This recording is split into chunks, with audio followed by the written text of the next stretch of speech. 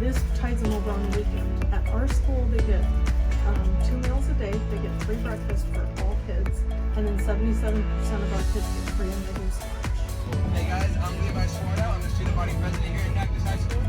And we just wanted to give you a taste of our school spirit by giving you a big cactus style welcome.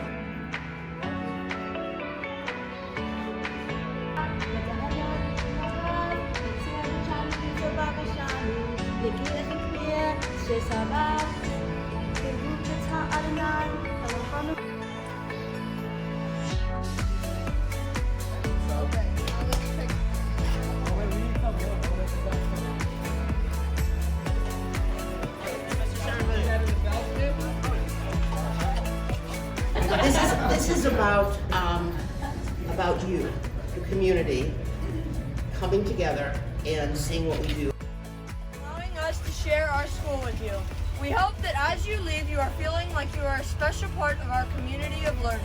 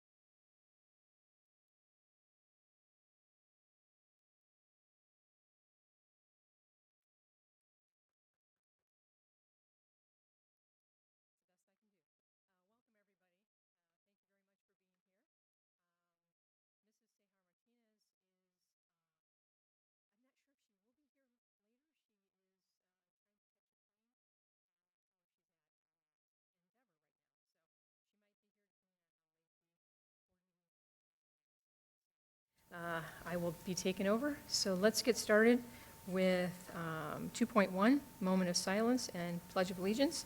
Tonight, Mr. Nehemiah will be leading us in the Pledge of Allegiance. Thank you. Sorry.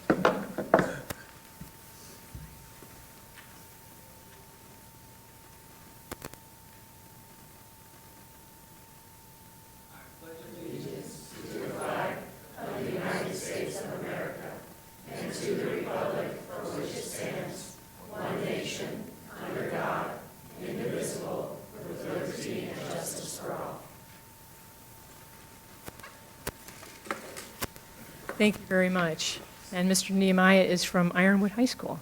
Thank you for being here. All right, so let's move on to 3.1, address agenda and consider adoption of recommended changes. Does the governing board need to make any changes? Nope. All right, let's move on to staff recognitions. Ms. Airy? I guess you. Thank you, Mrs. Pangarelli, members of the governing board. We do note that several of our schools are hosting events designed to honor our armed forces, and I know there was one today at Desert Harbor, had a special one that a couple of us missed, but I understand it was as wonderful as possible. That included patriotic sing-along, and wall of honor recognitions for our veterans, and we totally appreciate our veterans, and we'll go off on Veterans Day on Monday for that. Cactus High School, our Cobra Commanders won the Arizona State Championship for robotics, and that is huge, huge deal. Taking on the top 30 teams in Arizona, the Cobra Commanders finished at the top and won the Arizona West Regional Championship, as well as earned the Inspiration in Engineering Award. Very big honor. We're very proud of you. So, thank you. You're welcome. All right, moving on to 4.2, board recognitions. Actually, I would like to start this one. We've had a big election, and I just wanted to say thank you to all the voters that took the time to put their to mark their ballot and send it in. So I think we had a fairly good turnout. Hopefully we'll have more next time, so thank you. Mrs. Underhill? Yes, I had one. I wanted to specifically call out Peoria Flex Academy. I was able to go visit while they were doing their social emotional learning curriculum. New as of the last couple of weeks, it's through a group called Bloom 365, and it was just really great to watch the kids interact with each other and talk about some kind of difficult issues, communication and conflict resolution and those kinds of things. And they were there over a series of several days, and at first they said the kids were a little, shy, but within the next couple of days they really got into it, and and the kids that I were talking to, I asked them, so is this new, is this good? And they were like, yeah, this is great. I told my mom about it. She's so happy we're having these discussions. I've never had these discussions at school before, and it is all really relevant to them. So I appreciate Peoria Flex Academy for doing that in Bloom 365. And also, of course, I want to thank everyone that did so much work for this election. I mean, you guys are amazing. So thank you to all of our community members and staff. And, we keep getting, more and more people out there and educated about the issues, and that's what we need to keep doing. So thank you. Mrs. Doan? Okay, Mr. Sandoval. So my first question is this: the seating arrangement for this evening. Am I being punished by being placed? Are you placing me next to Sean? I didn't, it was set up when I came here, so. David, It was, I asked the same question. So Thank you for that. You're welcome. In all seriousness, when we take a look at what's transpired over the last couple of weeks, not only with the collective togetherness and efforts that have taken place across everyone in this room, our community, our partners, it's just, it's really inspiring to see so many individuals who support public education, who support our future. We have individuals here in this room today who are our target audience, who are our most valuable assets. So know that everyone in here, is here for you and understands how important you are. It was just great to see everybody out there knocking on doors and educating the community on the impact and and what their vote means, to the future of our city, our nation. So thank you for that. Secondly, the state scores came out, rating all of our schools within our district. And I've always said this, there are a lot of great things that go on in Peoria Unified School District. You look at schools that have grown, that, increased their scores, 2 tiers, throughout the district, increasing by 1 tier. I want to say thank you to everybody in this room. I know we have some teachers and admin and principals here, everyone at the district, our 4,000 plus associates. Thank you to each and every one of you. It is because of you that we continue to grow, that we continue to innovate, and be sought out as a district that parents will seek and align with when they're looking at educational institutions to advance their children, ensure that they're successful, and call home. So thank you for that. All right, let's move on to 5.1, request to address the governing board regarding matters not included on the agenda. I don't have any green slips. Okay, so we'll move on to the consent agenda. Does any board member need to pull anything from the consent agenda? Okay, then I would like to pull 6.5, travel request.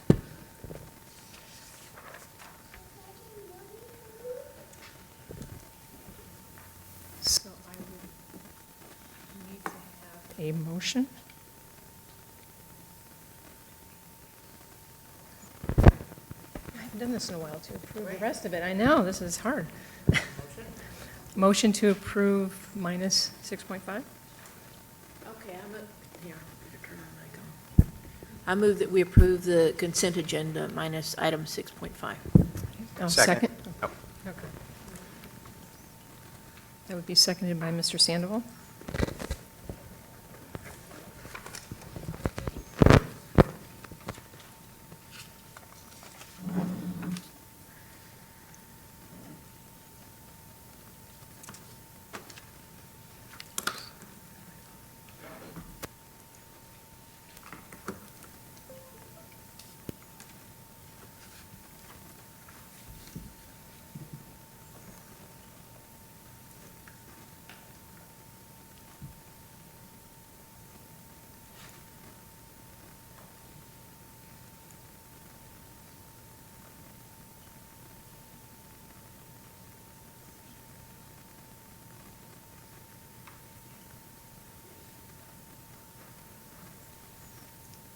Okay, motion passes 4 with 1 being absent. All right, 6.5 is travel request. I just wanted to discuss and bring out the one, and it is for 8 people going from Cactus High School to the RCA experience, which is the Ron Clark Academy. I just wanted to, I've been pulling these out the last couple board meetings, and I wanted to be consistent. I did request to have on a future board meeting to discuss travel. I have no issues with, there's 4 admin, 4 teachers. I think it's great that the teachers are going. My only concern is sending so many people to one conference. The total cost on this conference with all 8 people is $13,500.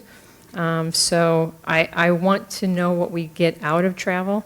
I will approve it. It's a Title I school and it's Title I funds, but I still will pull them out, and I want to know why we're having so many people going. It seems to be a pretty decent, looking at the pictures, it seems to be a great facility. The annual tuition for this school is $18,000, and the funds to most of the students only pay $45 a month because of teachers and administrators that go to the site for this training.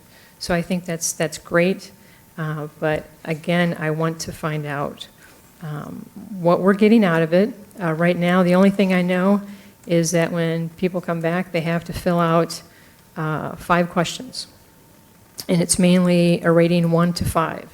Overall, how satisfied are you? How would you rate the value of the conference? Did the conference event improve your skills in the area it was designed to improve? How likely is it that you would recommend the conference event to a colleague? So again, I want to get some clarity on this.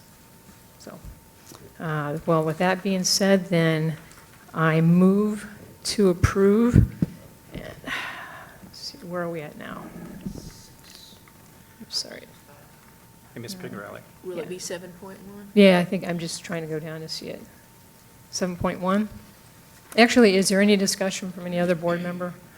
Yes, so I've got a quick question for anybody here at the table. Just, I mean, what is the protocol or the expectation, when individuals go to these conferences, when they arrive back to their site, whether it's here at the DAC or at a school site? Thank you for that question, Mr. Sandoval. Ms. Pingarelli, thank you for bringing this up. At the last meeting, you had mentioned, you had brought the protocol that we have. One of the things that we're looking at is a more in-depth explanation as teams come back and are able to answer those questions. The expectation would be when we send teams out is that trainer-trainer model where we send a team out and bring back these ideas. It could vary based on what that experience looks like. If it's a conference where there's like that you might typically see where individuals are going to sessions and learning and those kinds of things, they bring that back collectively as a team and then share that out with their sites or departments, with cabinet. If it's an experience where they're going to look at one particular program, that would be an instance where they would be going to evaluate one specific program to see whether or not that program would be of value to the students at the school. Yeah, so thank you for that. And when I take a look at the individuals that are going, and it shows that they're from, a math teacher, science, sped. So my assumption would be potentially the reason for the number of individuals would be, as they come back, they would report out to their, respective teams, if you will. But look, I mean, for me, from a professional development regard, there's no doubt. I mean, I'm always for continuous improvement, and I think we celebrate those individuals who want to continue to expand in their knowledge, which benefits our district and our students. But I don't disagree. I think how that knowledge actually cascades down to the other individuals on campus. I think that's important. Certainly one of the outcomes from going to these conferences. So, but anyway, just observation on the different I guess capacities that these individuals have. So my assumption is it's a result of each one will report out to the respective departments. Thank you for that. I think from the perspective of principals, directors, whoever's putting these or identifying the need to be able to attend these conferences or these events, I think specifically our principals are doing a really great job of putting those teams together to make sure that they have the right people going with them to give different perspectives, to be able to look at it from different lenses, and then to being able to bring that back and report back to different departments. To your point, Mrs. Pingarelli, I think where we can do a better job is being able to report back to not only to you, but to communicate to our community what those results were, what we did find, what we did bring back, and then what happened with that information. And so thank you for your comment and for bringing that to our attention again. And we'll continue to work as we build a system to be able to communicate that. Ms. Underhill? Right. No, in this, I think we have to look at them case by case too, that while we're sending 8 teachers from Cactus, they are going to visit a demonstration school. And as we are developing kind of more of an academy model at Cactus, it's important that teachers from all of those different departments be able to see that in action. So in this case, I think we have to really look at that, what is the purpose and what are they doing? So. No, I did look very closely at it. I looked at, they say that in the last 13 years, they've had 60,000 people come through their site. It looks amazing, something that we would never be able to have that type of facility at our sites. But my problem was not with the teachers. I'm great that all 4 teachers, and I see that they're from Math, CTE, Science, and SPED. My issue was that the principal and all 3 assistant principals were going. So, any more comments? All right. That being said, then I make a motion to approve, I think it's 7.1 now. Thank you.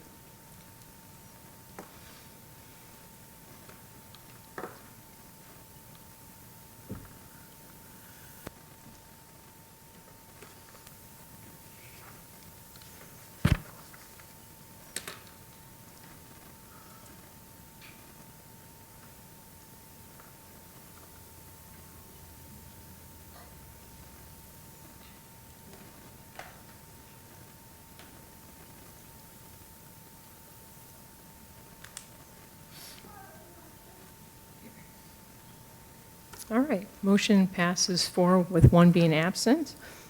Next agenda item is 8.1, override election results. Ms. Airy?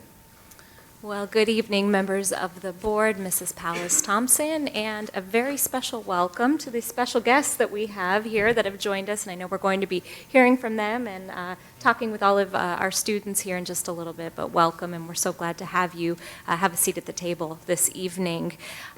Just wanted to kind of really bounce off of what a couple of the comments that our board members have also shared this evening, give you a brief update on the results of our election. And I'll go through this here rather quickly, but just to kind of take us back for a quick second, this whole process of where we are today really began about 162 days ago when our governing board called for an override election. And I do want to just note for our community, for those who have joined us or maybe watching online, and remind them that this is a mechanism that is really put in place by our state to allow school districts to go out to their local community when the funds that they have are not enough to meet the needs of their students, and to ask for an override election. And so do want to make that quite clear to our community. So this election was a little bit different, and many do know this. It was a mail-in only election, meaning that all voters that reside in the Peoria Unified School District did receive a ballot by mail, and in order to cast their ballot, needed to return the ballot in the mail or visit a drop-off location in order to cast their ballot.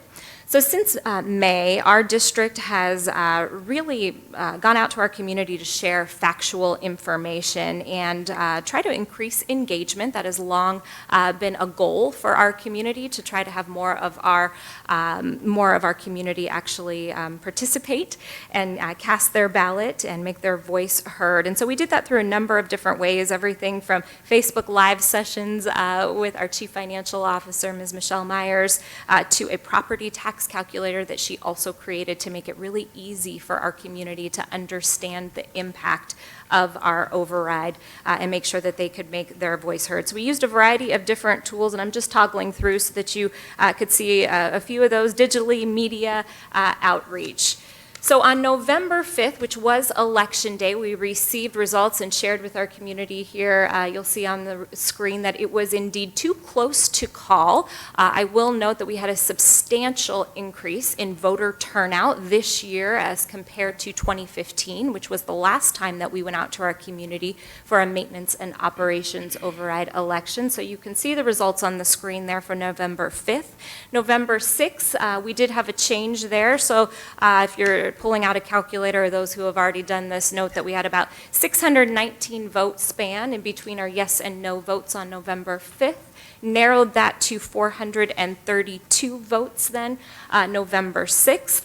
And then still too close to call this evening. So we did get another update, oh gosh, about an hour and a half ago, indicating that that spread is now 271 between the yes and the no votes. So this is typical. If you followed elections here across Maricopa County, that the county counts the ballots as they come in. There's a process of signature verification, of course, and through that meticulous work, they then post updates typically 5 p.m. every day thereafter until they have accounted for all of the votes of our electorate. So do want to make sure that we share those results with our community. Still too close to call, nothing definite. I'll also note that they are still going to be unofficial results when we get our next wave of counts that will come in likely tomorrow at 5 p.m. And then the county has about 2 weeks to officially certify an election. And so they have to go through and do the process that they go through in order to certify the election and make it official. So we will, of course, anxiously await the results that we'll receive tomorrow and be sure to share that with our governing board and, of course, with our community. I do want to add, before we go off of this agenda item too far, that there's a couple things that happen once a governing board calls for an election. It's imperative that school districts go out to their community and share that factual information related to what is an override, what is the impact, or what are the things that funds, and what will the impact be if you are successful and if you are not successful in that override election. There's some do's and don'ts that we have to follow as school district employees and every employee in this district, meaning that we will make sure that we are only sharing factual information with our community. That said, there's a process that takes place and a political action committee is formed, as was formed here in our school district, and that was Support Peoria students. And that team that rallied to share not just the factual information, because they certainly did that, but they also went to our community and actually asked for their vote in favor of this election. They were remarkable. Absolutely remarkable in the work that they did. And I thought if we could just take a moment to honor and recognize the work, tremendous amount of hours that they put in to certainly make sure that they were sharing that with our community. And so we actually have a little token of our appreciation for them and the work that they did this last 162 days. And if I may, I might ask Mrs. Pallas Thompson if you would help to present this for us. And we are fortunate enough, we've got some student helpers this evening, so I know Ms. Soto is going to help you as well. So I'll hand those over to her. She'll bring them to you.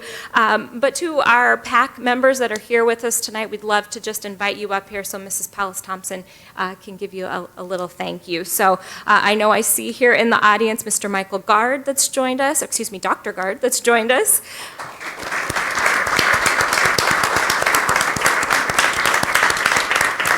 Melissa Gurmscheid.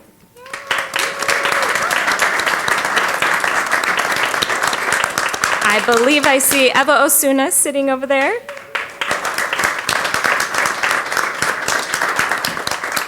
Annette McCarty-Abraham.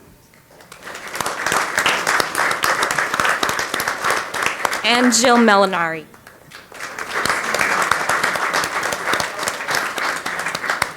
We just simply can't thank you enough. So on behalf of the Peoria Unified School District, for all the efforts that you put forth over the past few months, please know how much that you are appreciated.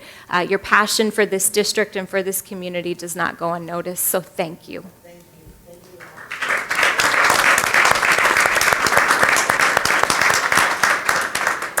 And as I said, we'll expect another update tomorrow evening, and so we will be sure to share it with you all. available for any Awesome. questions. Okay. Any questions, Ms. Underhill? Oops. No, I don't have any questions at this time. We're all just waiting and, crossing our fingers and our toes and all that. But I do want to reiterate our thankfulness to you all that just persevere on these efforts, year after year after year, because you know how important it is, and that us going out for overrides and bonds is not something that we want to do. It's something that we have to do. And it's important that we value our children, and it's great to see that we're getting additional buy-in, we're getting additional engagement from our community all across the area. It's exciting to see how many other districts were able to successfully pass bonds and overrides this past election, and I really believe that we just have to keep on going.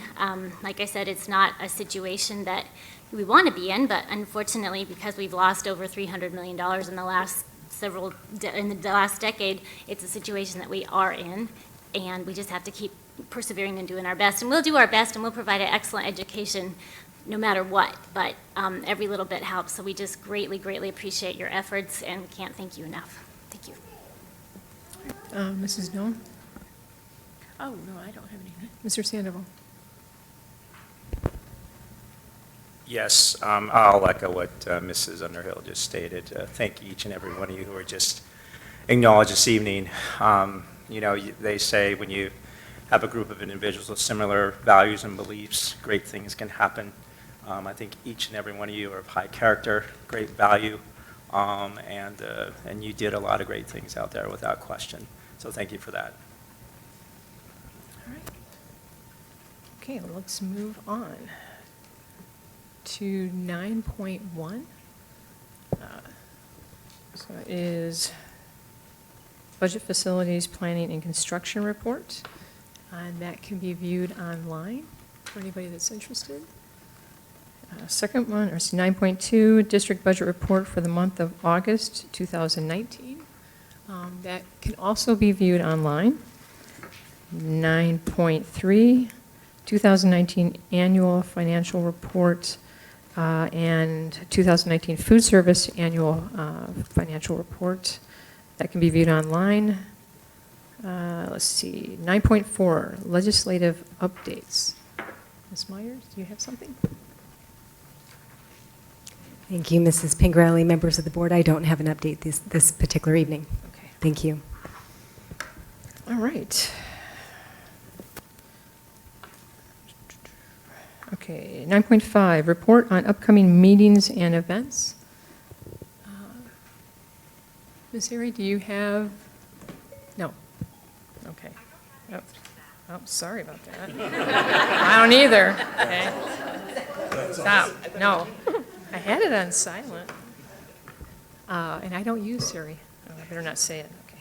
All right. Let's see. Next governing board meeting, November 21st. Fall break for everybody who's lucky to be off, the 25th to the 29th.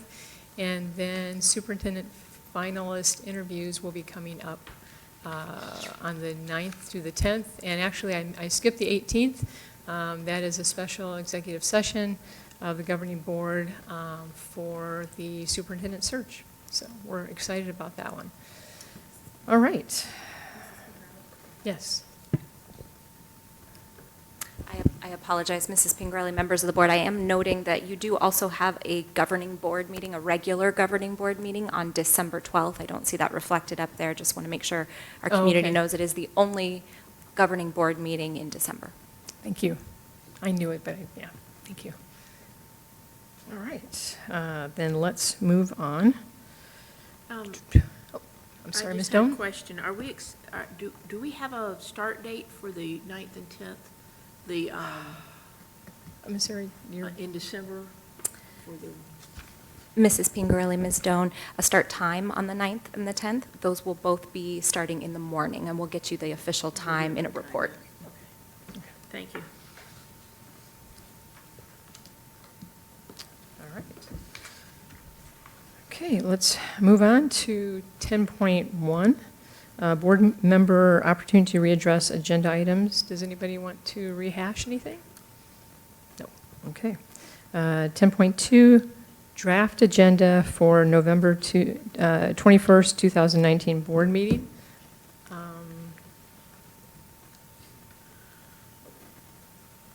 I think we have Valley Schools, I believe, on that date, and that should take a while. And an update on personalized learning program. Dr. Reynolds, that'll be exciting. Oh, he looks so excited. All right. Thank you very much. And then I guess we have time to add to it if we need to.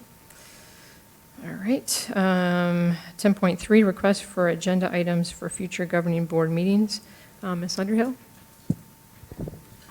Yes, I do have one.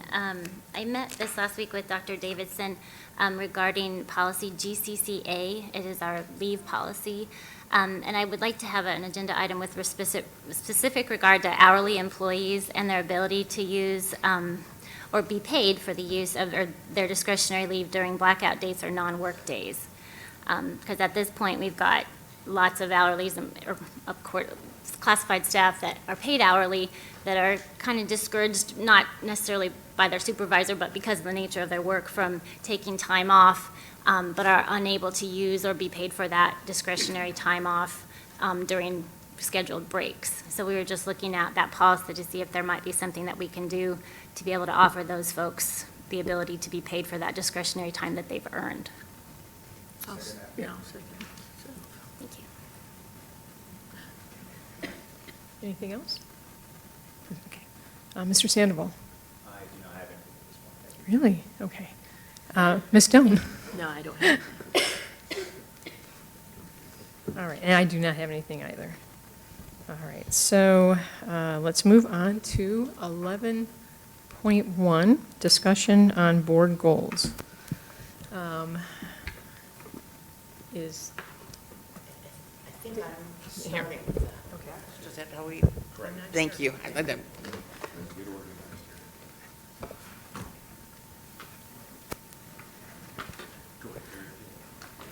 So this evening, we were going to transition right into a study session on board goals, which is kind of a different process than we have had in the past. We certainly have goals, but this is an official process.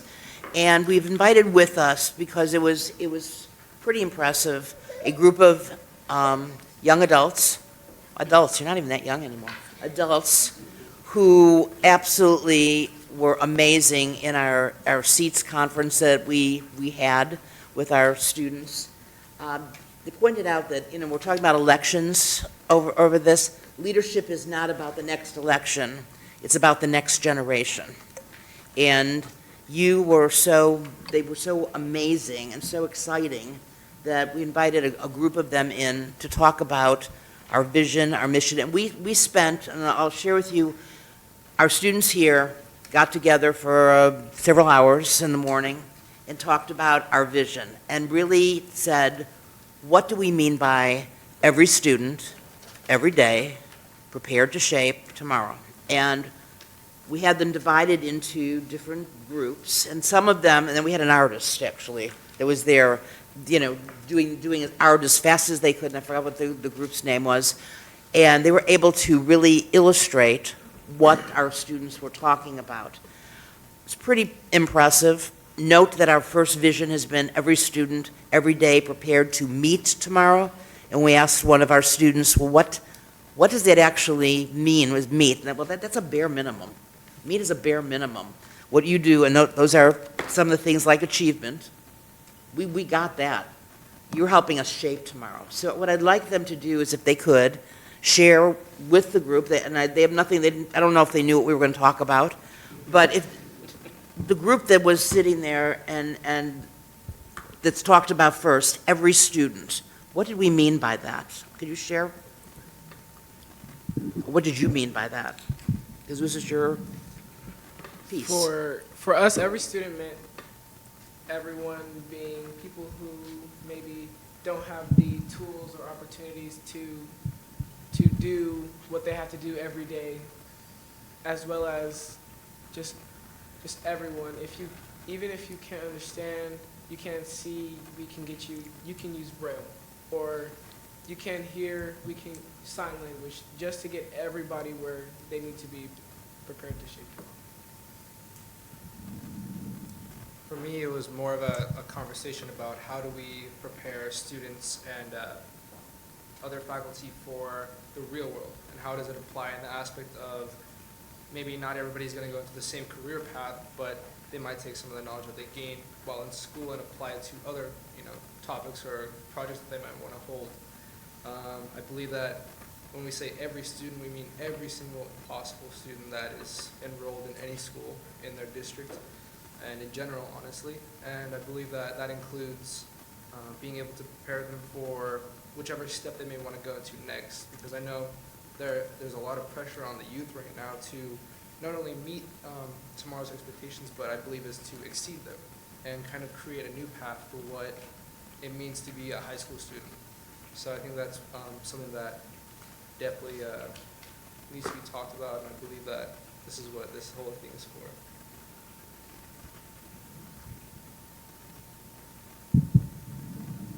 Thank you, Mrs. Paul Thompson. I just want to say that every student for us, when we were talking in our group, we were discussing how, it's not every student with straight A's. It's not every student that's in big clubs that do lots of things and very social in school.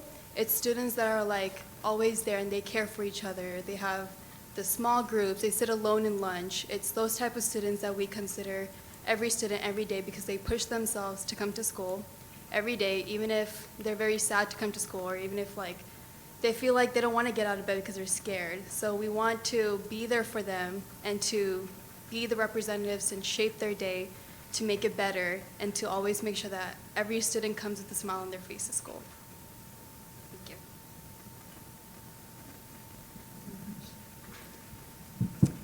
you. Hi, thank you so much, first of all, for the opportunity to actually go to the Seats Initiative. It was an amazing, amazing opportunity to meet a lot of other students that have the exact same goal-oriented mindset, and the thing that we really need to start looking at to improve the PUSD and really get that student input, which I feel is very, very important. The group that I had, we talked about being prepared, and I think as juniors and seniors, as most of us are, it's a very scary thing, the next step, and are we prepared? Do we know what we want to do? Do we know where we want to go? What are the steps that we can take? Because a lot of times in high school, a lot of students aren't really focused on that, and that next step can be a very, very scary thing. So some of the things that we talked about in being prepared is, what things does the PUSD offer us as students to be able to be prepared for that next step? Colleges, academies, those type of websites, and ACT prep, and all of those types of things that are going to help us in that next step in life that a lot of us didn't even know that we had access to. So really being able to be prepared as far as what the PUSD can do and what we can do is really just start to build more of that collaboration between student, administrator, and teacher, and board members too, just about how we can all work together to prepare every single student every single day to shape tomorrow, because there's a lot of great things out there that we have that I know that we can utilize as long as we start building that more collaborative bond between our students and our teachers. Thank you. Definitely piggyback on that. With To Shape Tomorrow, I think our CTE programs are very important. And with that, it helps us know what we want to be. And even, I feel like there's a lot of pressure as well as to going into college and making, make sure you're taking a class for your career. And I feel like there's a lot of pressure on that. And some students don't want to go to college, or they want to go to a trade school. And I feel like with that, that shouldn't be ashamed on, you know what I'm saying? And that's it. Thank you.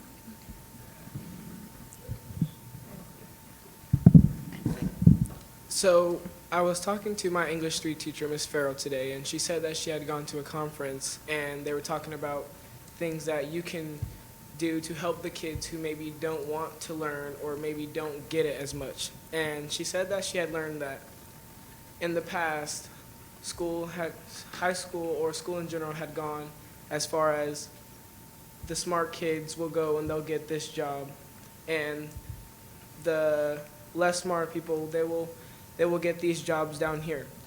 And I learned that as a society, we have a hard time pushing someone or really trying, because let's say a teacher has 30 kids and they're this one kid over here, I might have to let him go because he I can't take the time out of my day to go help them. Well, my school, Ironwood High School, we have something called Flex that we can take time, 30 minutes, not 30 minutes, well, there's like a class period set aside for you can go and you can learn something new, or maybe like even just hang out with your teacher, or like just have someone there for you. Well, some kids at home, they don't have the support system that they need to come to school and say that, oh, I can do this. So I think that Flex is very, very important to everyone. That would very well help everyone every day to shape tomorrow. So can I share again with the governing board, what we're trying to do tonight is to set the stage for, and I'm going to turn it over to you, John, but that we have a vision that we've looked at. If you remember several months ago, we looked at the entire thing, you gave us feedback on mission and on values. We have turned that into a document, and it's a draft that we'd like to be able to put together for you and approve as part of policy, hopefully give it a first read next time and a second read for approval. And I'm going to turn it over to John, but I wanted to know, did any of you have any question for our students? And I'd love our students to stay, if you have the time, to kind of give input on what do you think, or if they had an opinion on the mission that we're talking about, and what did we include all the values that were there. So I'm going to turn it over to you, John, if we can. Thank you, Ms. Powles-Thompson, Ms. Pingarelli, and members of the board, and, staff and guests, students. We appreciate you being here tonight.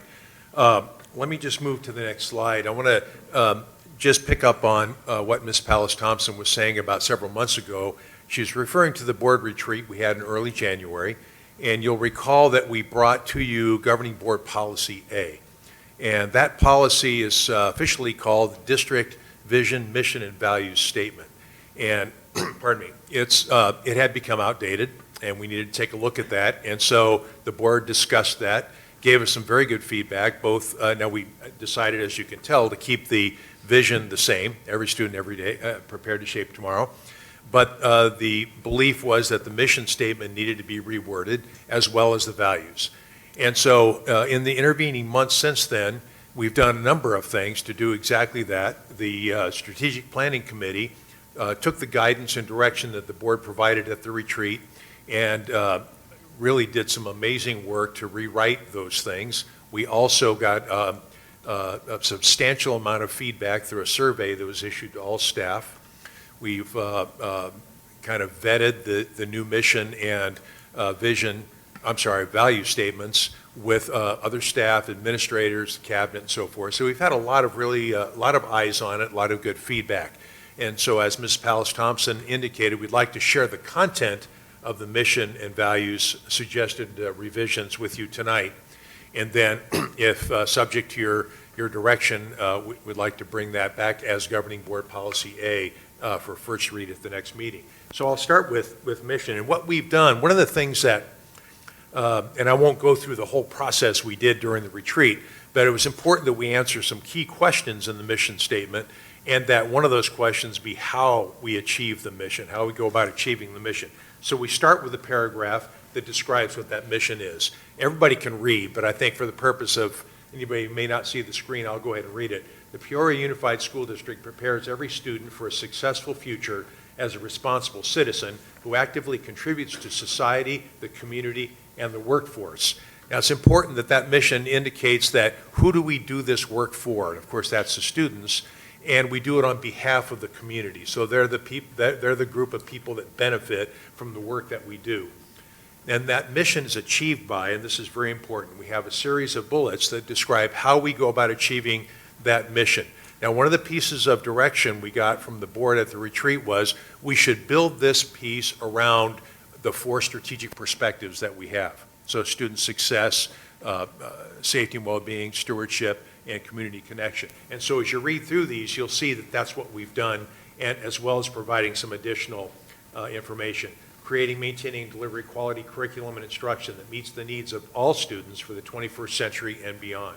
Providing experience-based, individualized learning that meets the unique and diverse needs of every student, facilitating access to quality staff, technology, resources, and instruction, prioritizing relationships, and focusing on the safety and social and emotional well-being of students and staff, implementing and sustaining effective stewardship of community resources, and finally, fostering a culture of active community engagement and inclusiveness.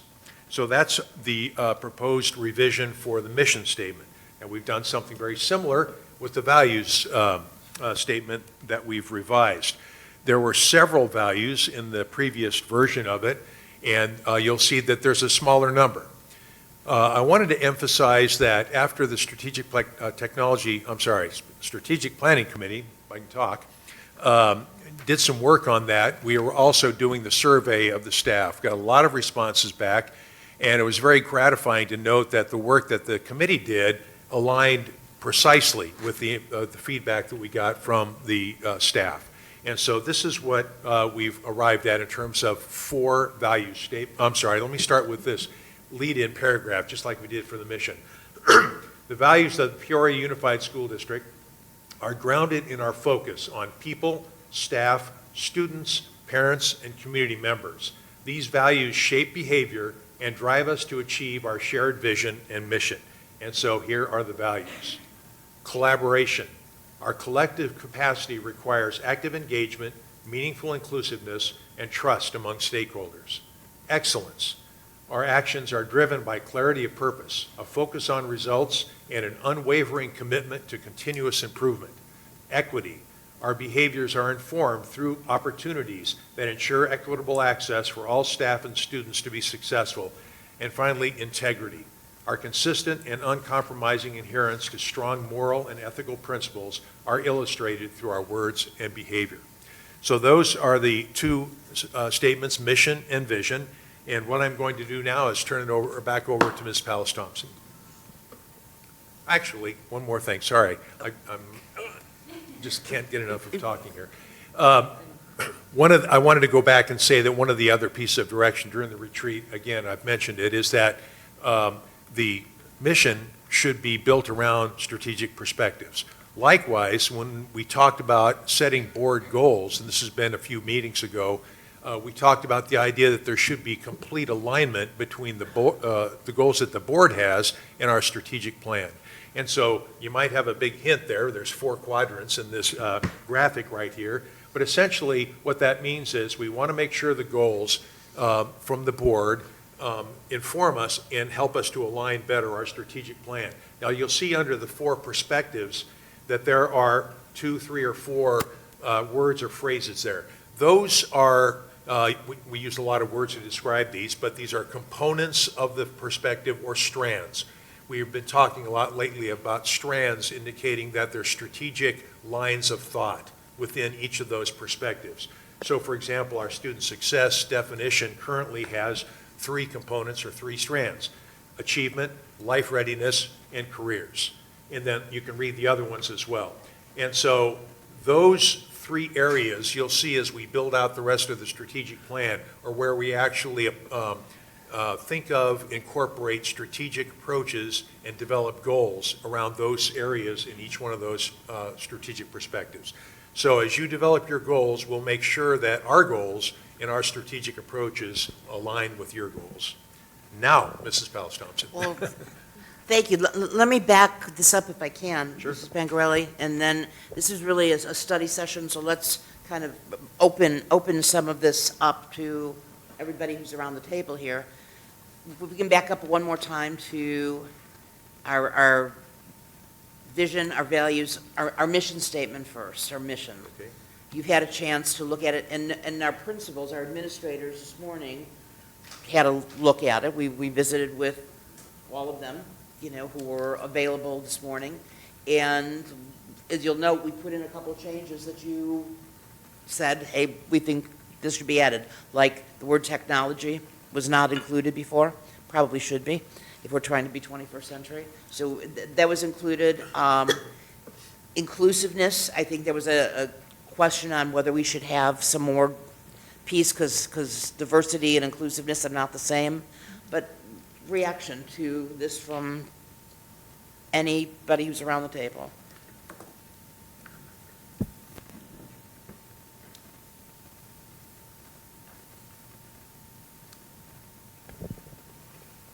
Mr. Sandoval, do you? I would. I know. I'm going to say great job and thank you for listening. You know, it's, when we went through the retreat, Mr. Gay, and provided our feedback, and thank you for including, you know, these individuals here and others to define the mission and the, and what, you know, how we achieve those. I mean, I can't really see anything that doesn't cover a lot of what we discuss or what we stand for as a district, right, and what our core essence is. I mean, these students this evening just spoke about their experience at the SEATS event, and what, you know, what that statement means to them, and I think a lot of that certainly came out in this mission statement.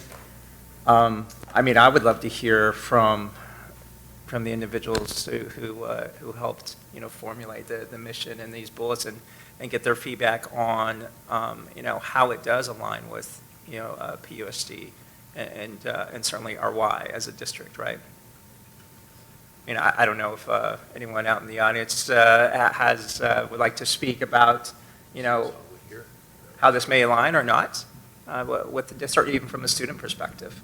You know, would love to hear from you as well. Because once again, you're our primary target audience, right? And you are why we are here. So would love to hear from you as well. Well, I just want to, first off, thank you very much. But I wanted to start off by just saying I think it's engaging how I kind of see everything kind of connecting. So as far as the MET program goes, we, as far as entrepreneurship strand goes, for every group that we have, and my team included, we are tasked to create a mission, vision, value statement for our own businesses and our projects that we're doing. So I kind of see this reflected in this right here, and I'm like, oh wow. But I just wanted to address the providing experience-based individualized learning that meets the unique and diverse needs of every student. And I just wanted to say that I believe that that's what I think is really the key part of it, is because that every single student, whether they know it or not yet, they are going to eventually have to pick a career of some kind. And I believe that as far as the MET program goes, entrepreneurship is definitely the strand that I'm pursuing right now. And it's definitely engaging and different to see that, you know, PUSD offers a program such as this, and it's so different because I never thought school could be something like that. So it's definitely, I don't know if it's in the values, but it's creating a lot of change that I see in just my community alone. I see how much impact that they have, and how my Eagle Scout project, how many people just from the MET program showed up and helped. It was insane. It was a lot of students. So it was really fun. But I've seen that happen at multiple community service projects, not just mine. And it's every time that they go, they do such an amazing job that I think that every high school should have something like this, some kind of program where, you know, students can go and figure out, okay, if I don't like entrepreneurship, I can go to switch to technology, engineering, bioscience, or medical. So I think that's something that is really crucial and important. Thank you. No, thank you, and I couldn't agree with you more. I think, you know, when we talk about the fundamental reason, you know, why we're here, yes, it is academics without question, but it's also to develop, you know, individuals who are confident and adaptable and prepared, you know, for that 21st century workforce, and really prepared to work in environments that, you know, may be diverse, and your ability to adapt to those environments is important. So thank you for that. Thanks, Beth. Okay, let's move then, if we could. And board members, we have the ability, you'll be seeing this as a first read, to be able to, you know, make some comments. You know, I don't like this, or I did like that, and we'll be able to do that. And we're spending time on this because it's the essential piece. Let me move to here first, but the values, we made sure that it used to be the acronym, is that what it is? PEORIA, and we had the P. Want to make sure that our people understood that the P was for people, and it says that specifically on the focus. Our focus is people, staff, students, parents, community members, all the people. And then this component of, these are the things we value. These are the things that, as you wrote, shape our behavior and continue to drive us. And we've got to determine, is this what we value? And if so, then, you know, I used to say to my husband, I typically say it, I love you. And his answer would often be, well, how does that translate? Okay? Nice. Okay, that's a great answer. And the common piece is you show someone you love them by the time you spend with them, okay, or the money you spend. You can't demonstrate it. So how do we demonstrate that this is what we value: collaboration, excellence, equity, and integrity, and all the verbiage that goes with that? Is there anything else that is critical that we value? And then our thoughts become, if this is it, then everything that we're basing our stuff on has to go along with this, okay? So comment, is this what we value? Is it what we should be valuing? Are these in any particular order for a reason? No. We're trying to make sure it didn't spell some goofy acronym. Although I see if I moved it a little bit. No, but that's a good point. And should it? You know, did you think it should, Judy? I was considering that. I mean, I believe that in order for any of these others to work, the integrity has to be there first. I would agree. And everything else is going to flow from that. And if we want to make that point, it might come first in any bullet anything we put out with it or whatever. So as you're going through that, that's a really good point. Is there, what would be, if you all agree that that would be first, students included, what would be second?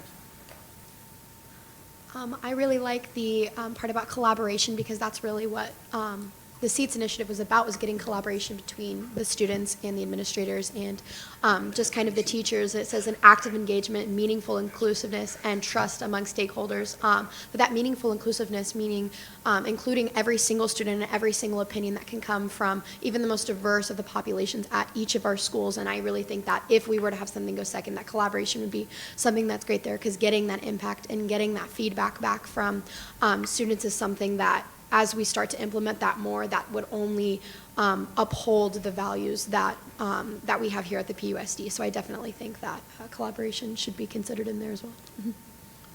Yeah. Go ahead. Yeah, you.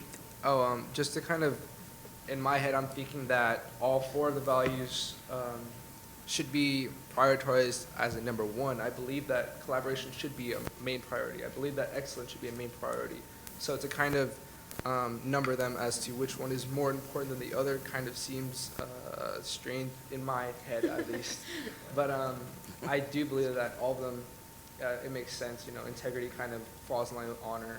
But in my opinion, I believe that creativity should be added possibly as a value, because I see that so many high school students, they have such a desire to create new things and get these ideas out of their head that they may hold.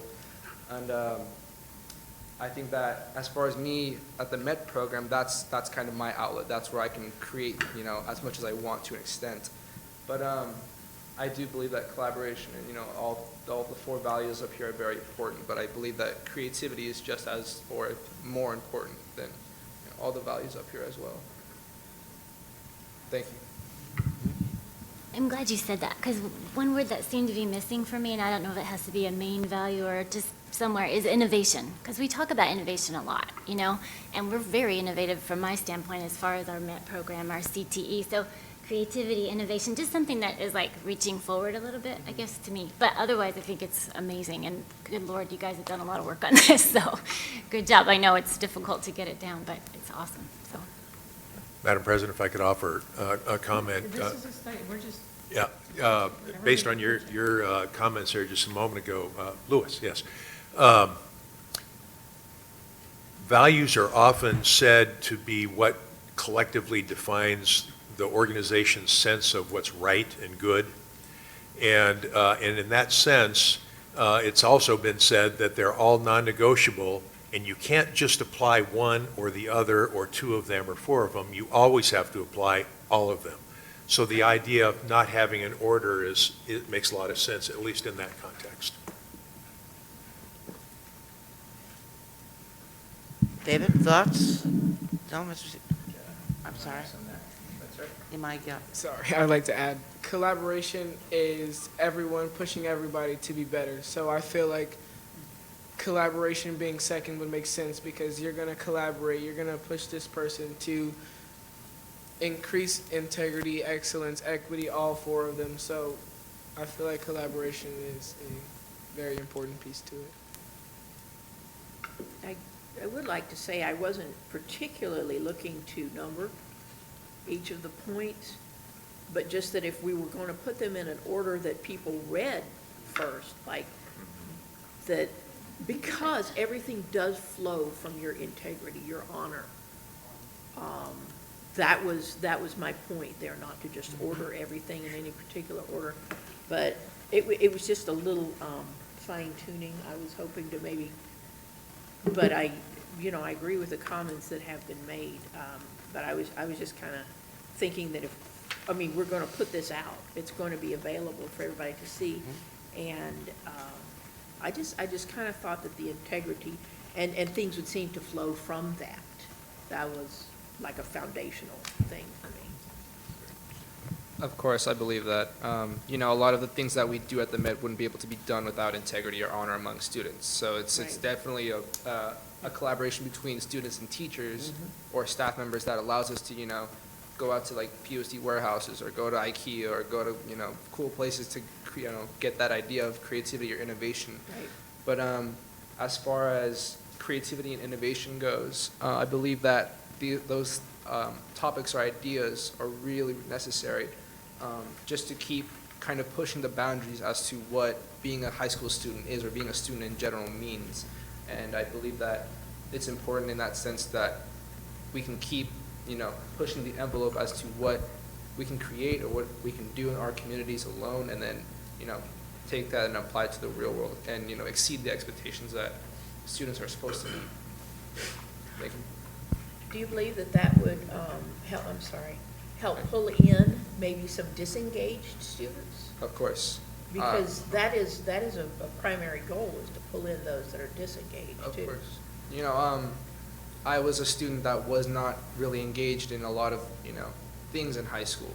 I was one of the students that was very to himself, and then after transferring to Cactus High School, I kind of got to see what my older brother was doing as far as, DECA and being a vice president in DECA, and now I've kind of been able to see that and see like the opportunity and the innovation that DECA and, eventually Met kind of led to.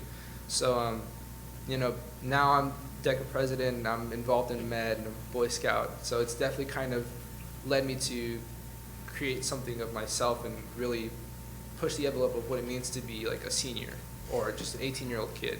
So it's definitely something that I think is very powerful and I'm passionate about to see change. But a lot of high school students come and they ask me, oh my gosh, like you're the DECA president? I'm like, yeah, like crazy, right? Like, a 6'3" guy with like big hair can actually can do these kinds of things and make, a social impact. And, at my scout project, like Cave Creek, we were able to make such a big change to the area that it was like night and day. So I think my main goal is that whenever somebody asks me about what it is that I do at Met or in DECA, I always tell them I'm pushing the envelope. I'm not here to waste people's time. I'm here to see what I can make of myself and what I can make of anybody else that wants to join DECA or join Met. So I tell them, like, people ask me, where were you first and second hour, and I'm like, I'm busy making stuff, doing awesome stuff. Thank you. I'm going to, that feedback that we've heard on this, and again, we have stopped in the last 10 years, I've been here for 30, with a sign on the wall that had all of these types of things, and then we kind of stopped. So we had flip charts, and we did a whole lot of stuff let me share on the next slide, if I could. We've taken each of these strands, and we have developed what I consider to be, and I shared a draft of it, but a blueprint that allows us to move right into the future, 3 to 5 years. It's not complete yet.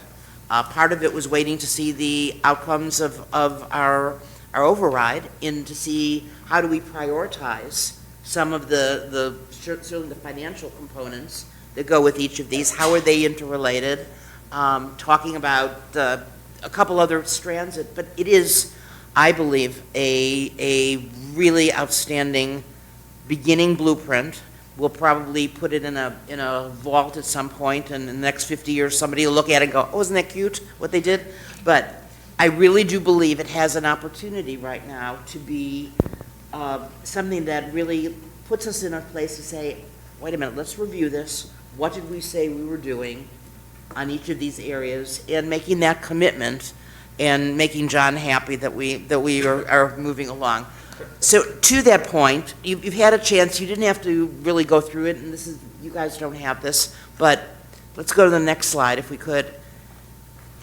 The governing board's job is to, and these are some potential goals, and we've discussed some of these, it has to do with policy-directed goals that ensure that policies are legally compliant and reflect the will of the board.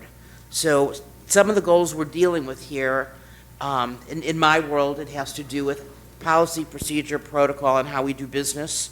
Are they aligned?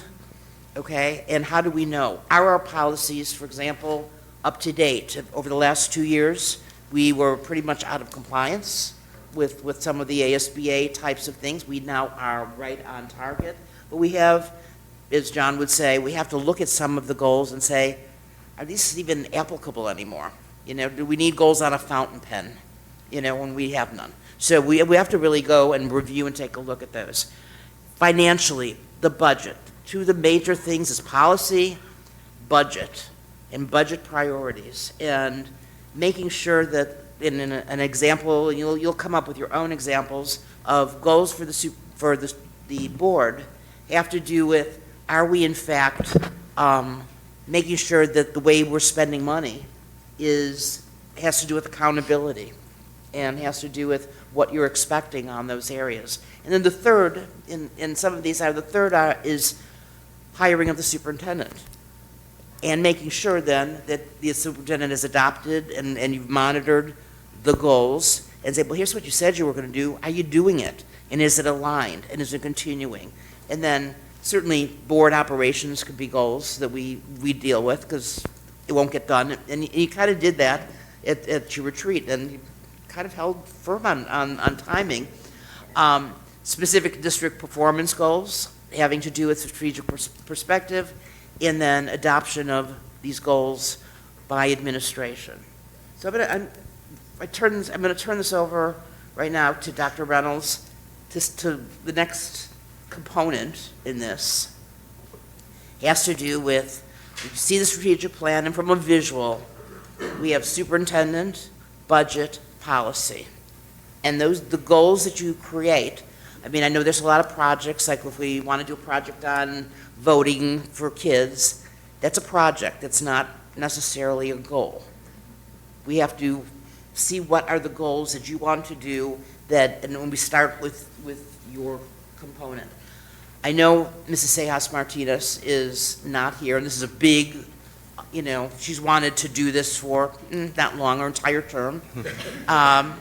So I want to honor that if we can, but there's I'd like you to start with that, Jason, and just get to a point where we can move it and maybe do some closure if that works for you, Mrs. Pangarelli. Yes?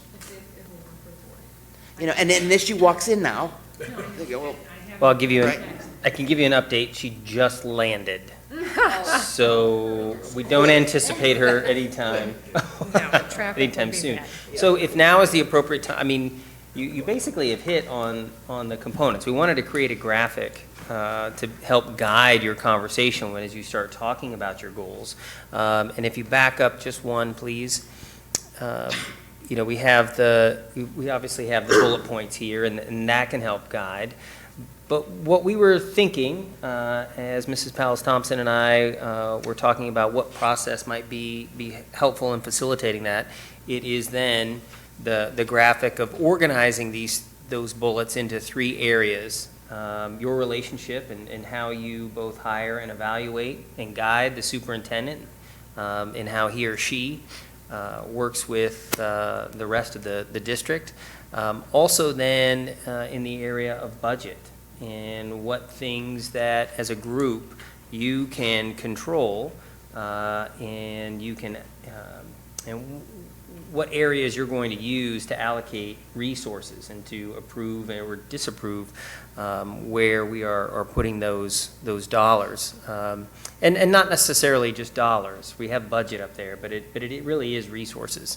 And then lastly, how as a group you can shape what we do on a day-to-day basis based on policy. And so there's a larger discussion here, and I don't know where the appropriate place is in the discussion that we've had so far to break. I think I've heard that we want to involve, obviously, President Ceja Martinez in this conversation. So we have that graphic there just to kind of shape your thoughts and your thinking around creating goals for the board, but how far we go this evening is... Well, I know that this was extremely important to President Ceja Martinez, so I personally would like to have the entire board here. I don't want to have anybody missing. This is extremely important to all of us.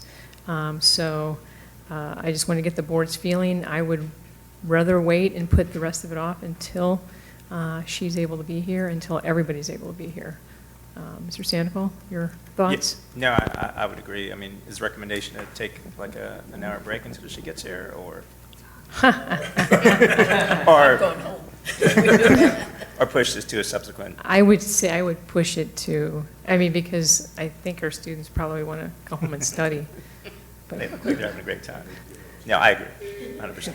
Okay. And we have time then to push it to another? We will make time. Okay. We will make time. And could I share that I know a couple of you did have some samples, and we can, you'll have time then to reflect on some of the ideas and share, and Kim will be back, and you did an amazing job, Jen.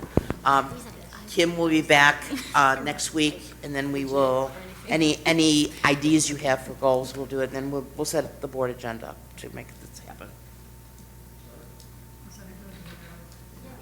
I'm good with that. I think when we do begin that conversation, I would like to have a conversation around, how board goals are different than strategic plan goals, because frankly, I've done a lot of research. I've been looking at other school districts, and in a lot of cases, board goals are the strategic goals. And so I just want to make sure that we're very clear on that. And then there are other places where I can see where the board has kind of a more overarching goal around these specific areas. So I just think it's important that we kind of put that into context and also think about where we're at within this strategic planning process, because everything should, mesh.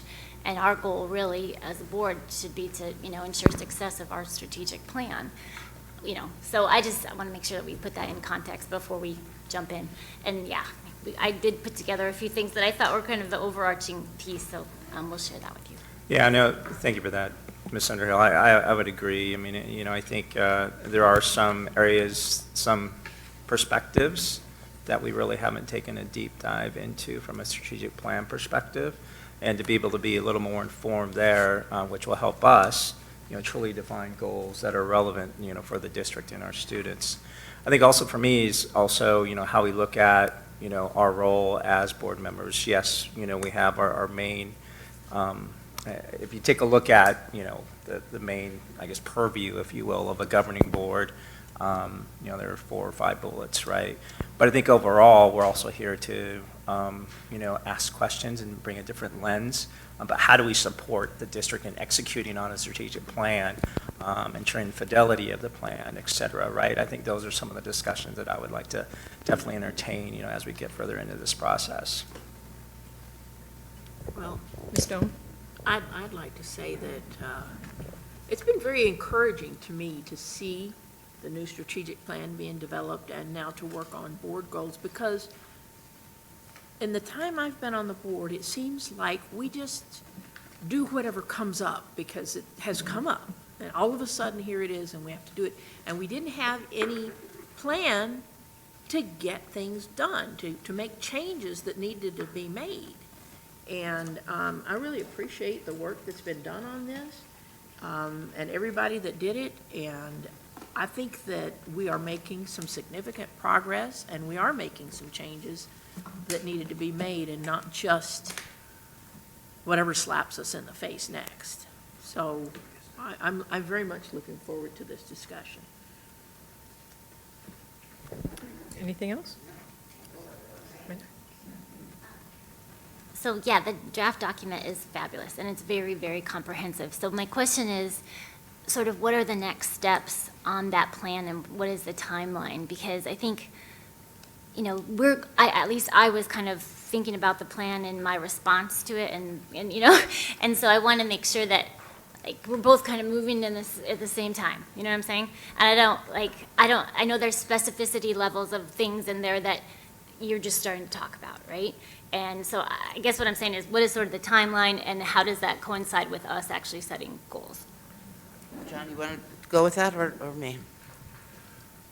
Well, I can offer a couple of things.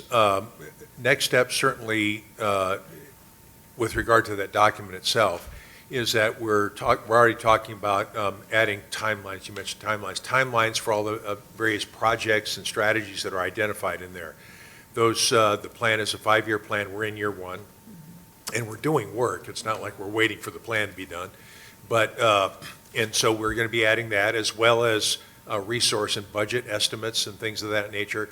And when we get the timelines down, one of the important things that happens there is we identify dependencies amongst all these projects, because some of them have to be done in a certain order and depend on things like overrides and other things being put in place. So that work should be done here in the next few weeks. At the same time, our committee is working on a very important but an additional part to this, which is figuring out how to determine whether the district has what we call the organizational capacity and capability to do all these things. And it's not just, do we have enough staff? That's, or do we have enough money? Those are two obvious ones. But do we have the right policies? Do we have the right procedures? Do our staff that we have the right training and skills? Have we identified accountability in the right ways? And so they've developed some matrix approaches to doing that. That work will take longer. And so my suggestion is that when we get timelines in place and we start identifying budgets, that's a really good good time to be looking at board goals, because we don't want to go much further than that without making sure that we're in alignment with what the board wants us to do. So, I'd like to think that as we get ready to start the new calendar year, we should be in pretty good shape with those things. And I know there's been a lot of unknowns, so Yeah. I don't know if that. Well, yeah, and Mr. Gay, thank you. Ms. Pallas-Thompson, I think one important next step is, as you begin to look at that, if you see things in there, your feedback, one of the purviews, as Mr. Sandoval said, of the board would be to direct that strategic plan. So as you are looking through there and you see if you see something that is not in the plan, we need to know that sooner than later, so that we can continue that work as we begin to build out timelines and those kinds of things. I just wanted to double check as well. You want these handed out to governing board members this evening? If we could, say ask Martinez and Mrs. Underhill? we have some of your ideas that we can just hand out for you guys to look at. Okay? Until our next meeting. Thank you. Any other comments? All right, then let's move on to 12.1, adjournment. Does anybody want to go home? I need a motion and a second. Maybe just before that, if we could give a big Yes. thank you to our I'm students sorry. who came here, yes.